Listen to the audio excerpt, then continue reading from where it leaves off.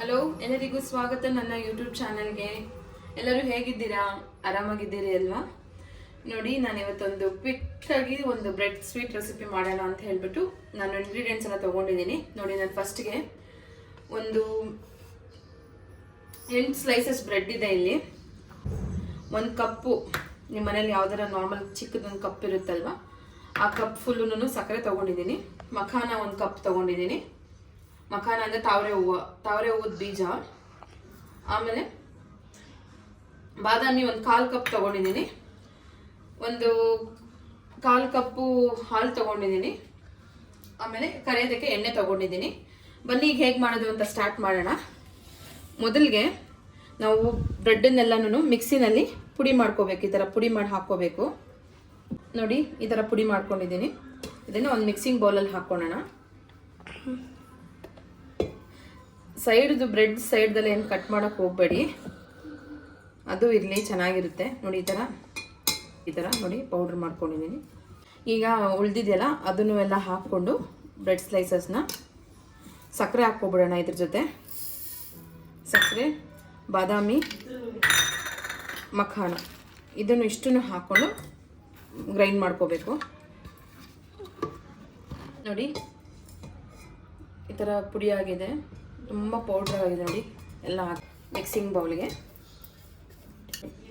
ಹಾಲು ಸ್ವಲ್ಪನೇ ಹಾಕ್ಕೊಂಡು ಮಿಕ್ಸ್ ಮಾಡ್ಕೋಬೇಕು.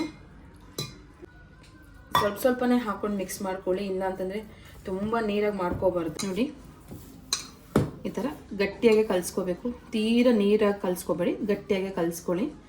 ಈಗ ನಾನೊಂದು ಪ್ಯಾನಲ್ಲಿ ಎಣ್ಣೆ ಇಟ್ಕೊಂಡಿದ್ದೀನಿ. ಎಣ್ಣೆ ಕಾಯಬೇಕಿದು, ಮೀಡಿಯಮ್ ಫ್ಲೇಮಲ್ಲಿ ಇಟ್ಕೊಳ್ಳಿ. ನೋಡಿ, ಎಣ್ಣೆ ಕಾದಿದೆ. ಈಗ ಕೈಗೆ ಸ್ವಲ್ಪ ಎಣ್ಣೆ ಸವರ್ಕೋಬೇಕು. ಎಣ್ಣೆ ಈ ಥರ ಮಾಡಿಕೊಂಡು ರಬ್ ಮಾಡಿಕೊಂಡು ಈ ಥರ ಉಂಡೆ ಮಾಡಿಕೊಂಡು ಉದ್ದಿನ ವಡೆ ಬಿಡ್ತೀರಲ್ವಾ, ಆ ಥರ ಶೇಪಲ್ಲಿ ಈ ಥರ ಬಿಡಿ. ಒಂದೊಂದೇ ನೋಡಿ, ಈ ಥರ ಹೋಲ್ ಮಾಡ್ಕೊಳ್ಳಿ. ಇದರ ಮಧ್ಯದಲ್ಲಿ ಒಂಥರ ಹೋಲ್ ಮಾಡಿಕೊಂಡು ಈ ಥರ ಬಿಡಿ. ಲೋ ಫ್ಲೇಮಲ್ಲಿ ಇರಲಿ, ತುಂಬ ಉರಿ ಇಟ್ಕೊಂಡು ಬೇಯಿಸ್ಕೋಬೇಡಿ. ಲೋ ಫ್ಲೇಮಲ್ಲೇ ಬೇಯಿಸ್ಕೊಳ್ಳಿ. ಪೂರಿ ಸೈಜಷ್ಟೇ ಉಂಡೆ ತೊಗೋಬೇಕು. ಆಗಿದೆ, ಒಂದೊಂದೇ ತಕ್ಕೊಬೇಕು. ನೋಡಿ, ತುಂಬ ತೀರಾ ಸೀದಿಸ್ಬೇಡಿ. ಕೆಂಪು ಬಣ್ಣ ಬರೋವರೆಗೂ ಫ್ರೈ ಮಾಡ್ಕೊಳ್ಳಿ, ಸಾಕು. ಆರಿದ್ಮೇಲೆ ಗಟ್ಟಿ ಆಗುತ್ತೆ, ಕ್ರಿಸ್ಪಿ ಆಗುತ್ತೆ, ಅವಾಗ ತಿನ್ನೋದಕ್ಕೆ ತುಂಬ ಚೆನ್ನಾಗಿದೆ. ಮೇಲೆ ಬೇಕಾದರೆ ನೀವು ಚಾಕ್ಲೇಟ್ ಸಿರಪ್ ಬೇಕಾದರೂ ಹಾಕೋಬೋದು. ಚಾಕ್ಲೇಟ್ ಡಿಪ್ ಮಾಡ್ಕೊಳ್ಬೇಕಾದ್ರೂ ಡಿಪ್ ಮಾಡ್ಕೊಳ್ಬೇಕಾದ್ರೂ ಜೊತೆ ತಿನ್ಬೋದು. ನನ್ನ ಹತ್ರ ಈಗ ಅದೆಲ್ಲ ಏನೂ ಇಲ್ಲ, ಹಾಗಾಗಿ ಹಿಂಗೆ ನಾನು ಸರ್ವ್ ಮಾಡ್ತಾ ಇದ್ದೀನಿ. ನೋಡಿ ಹೇಗಿದೆ ಈ ರೆಸಿಪಿ. ನಿಮ್ಗೆ ಇಷ್ಟ ಆದರೆ ಒಂದು ಲೈಕ್ ಕೊಡಿ, ಇಲ್ಲಾಂದರೆ ಡಿಸ್ಲೈಕ್ ಮಾಡಿ. ಆದಷ್ಟು ನನ್ನ ಚಾನಲ್ನ ಸಬ್ಸ್ಕ್ರೈಬ್ ಮಾಡ್ಕೊಳ್ಳಿ, ಲೈಕ್ ಮಾಡಿ, ಶೇರ್ ಮಾಡಿ, ಕಮೆಂಟ್ ಮಾಡಿ.